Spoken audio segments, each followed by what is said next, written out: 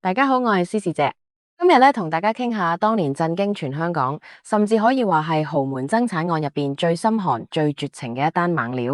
講緊嘅就係的士大王焦有全嗰單10億遺產案。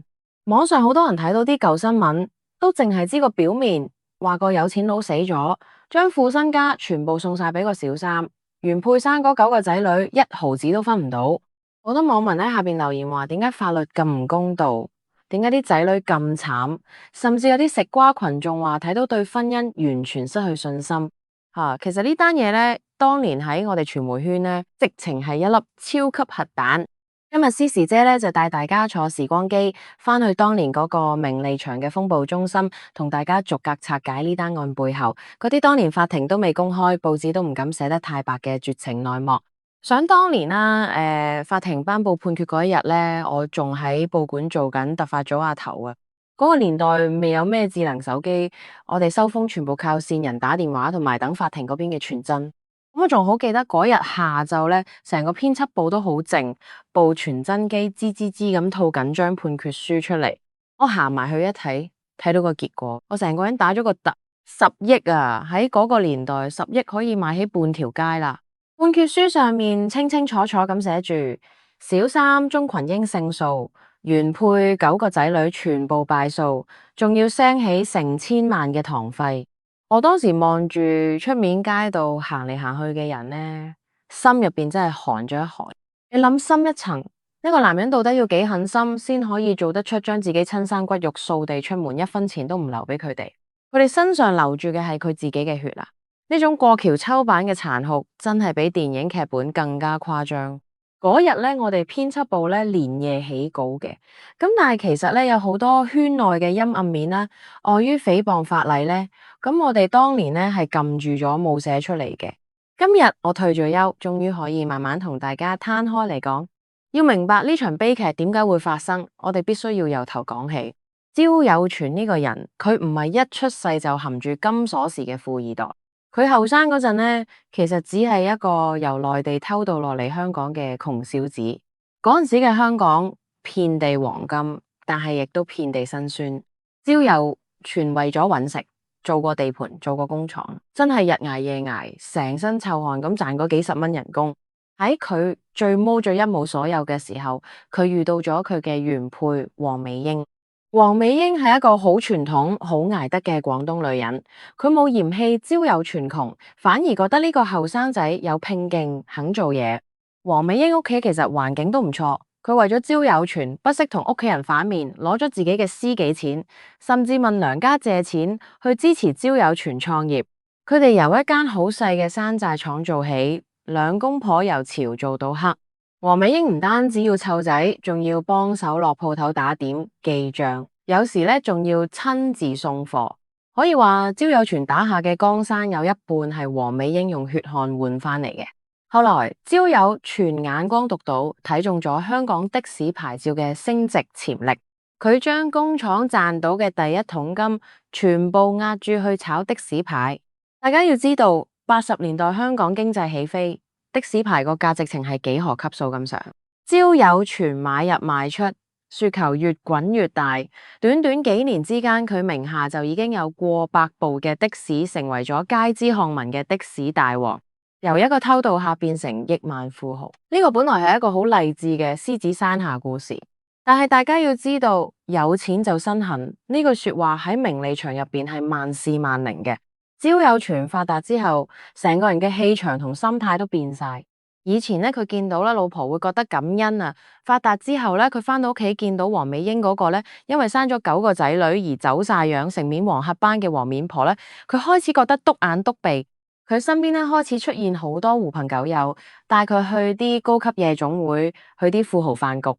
喺嗰啲場合，圍住佢轉嘅全部都係20零歲、青春無敵、識得流連交際嘅後生女。呢單嘢當年報館都唔敢寫，而家講出嚟，全靠大家個熱推保住條片。如果大家想聽落去，想知道個蕭三係點樣處心積慮咁埋身，唔該順手撳個熱推，等演算法推一推，詩詩姐即刻繼續同大家爆大鑊。多謝大家支持。講翻焦有全啦，佢就喺呢個時候遇到咗改變佢成個家族命運嘅女人，即係個小三鍾群英。鍾群英比焦有傳細好多，佢唔係嗰種一望落去就妖艷賤貨嘅類型，相反佢好識得偽裝，扮到好善解人意，好體貼。當時娛樂圈同富豪圈咧，其實好細嘅，狗仔隊強大嘅線人網絡，例如司機、助手呢啲貼身人，往往咧就係爆料嘅主要來源。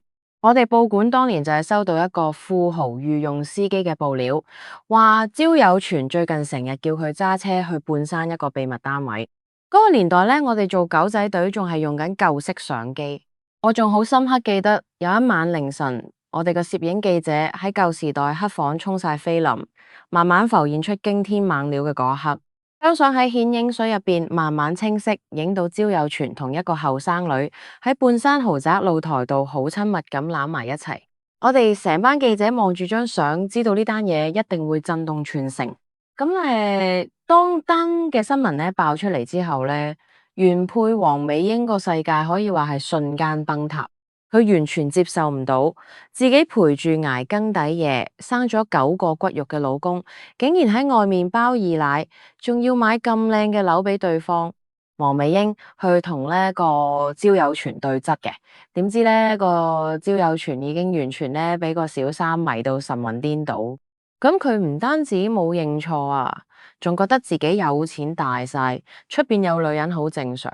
佢開始將啲資產慢慢轉移，陰啲咁削弱黃美英喺家族入邊嘅話事權。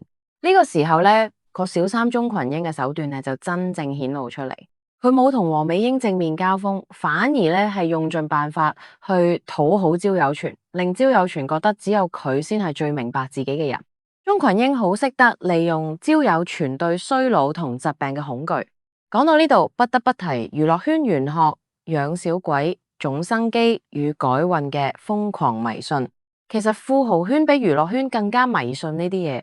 焦有傳晚年咧身體開始出現毛病噶，鍾群英咧就周圍幫佢揾風水師、氣功大師，甚至搞啲奇門遁甲嘅嘢，話幫佢續命。佢日日夜夜陪喺焦有傳床邊煲湯煮藥，將自己塑造成一個無微不至嘅守護天使。相對之下，黃美英因為長期抑鬱同埋憤怒，情緒變得好唔穩定，成日同焦有傳嘈交。焦有傳一見到黃美英咧，就覺得煩啊，覺得佢成個怨婦咁，反而咧覺得鍾群英度先係溫柔鄉。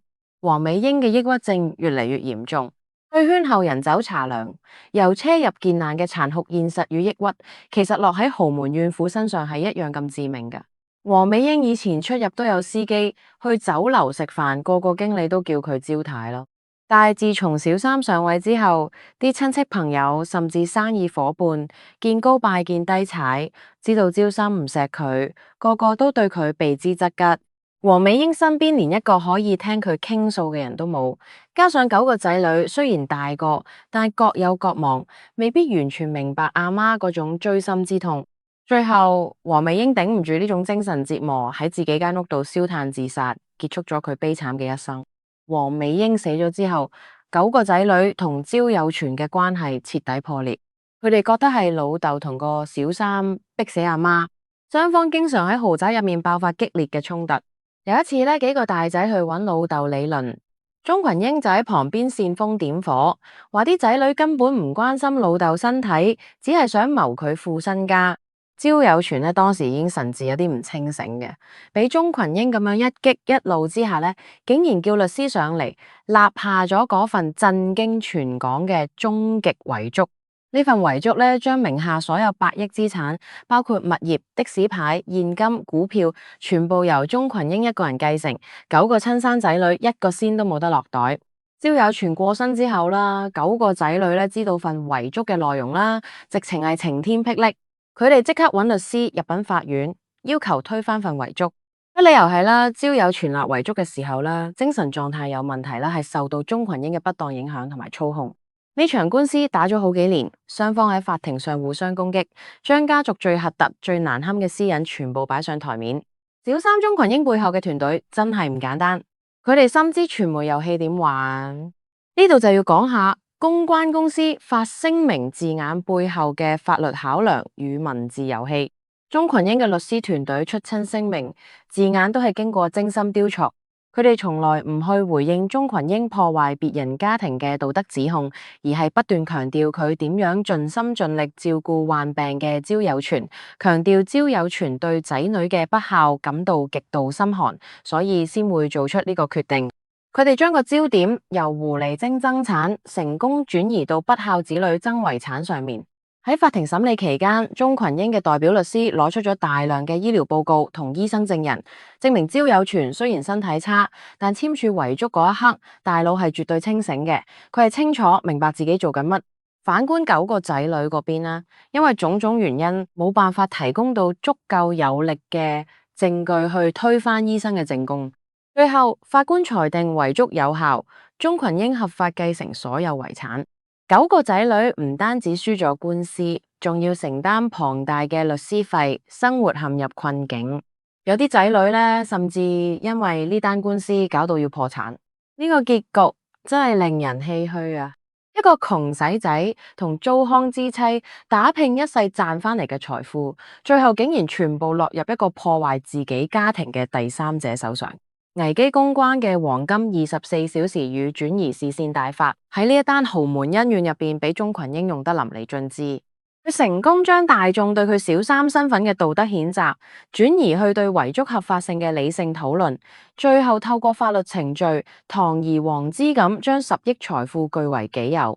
大家睇完呢個故事可能會覺得好氣憤，覺得過天冇眼，但係呢個就係名利場最真實、最血淋淋嘅一面。喺巨大嘅利益面前，人性嘅貪婪同埋自私會被無限放大。夫妻之情、骨肉之親喺金錢面前，有時脆弱得連一張紙都不如。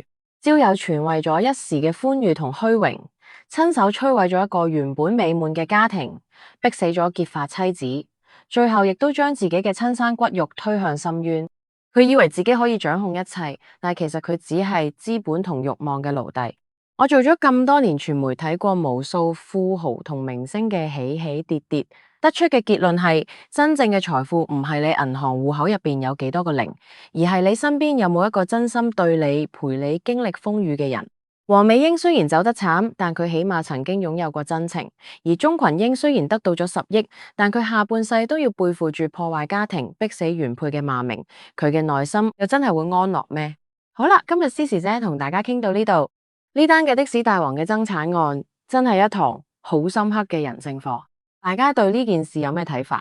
覺得9個仔女抵唔抵死，定係覺得小三手段太過高明？歡迎大家喺下邊留言同我傾下。最後，如果大家鍾意聽詩詩姐講呢啲真實嘅名利場內幕，記得一定要幫手撳個熱推，分享俾身邊嘅朋友。你哋嘅支持就係我繼續爆猛料嘅最大動力。我哋下集見。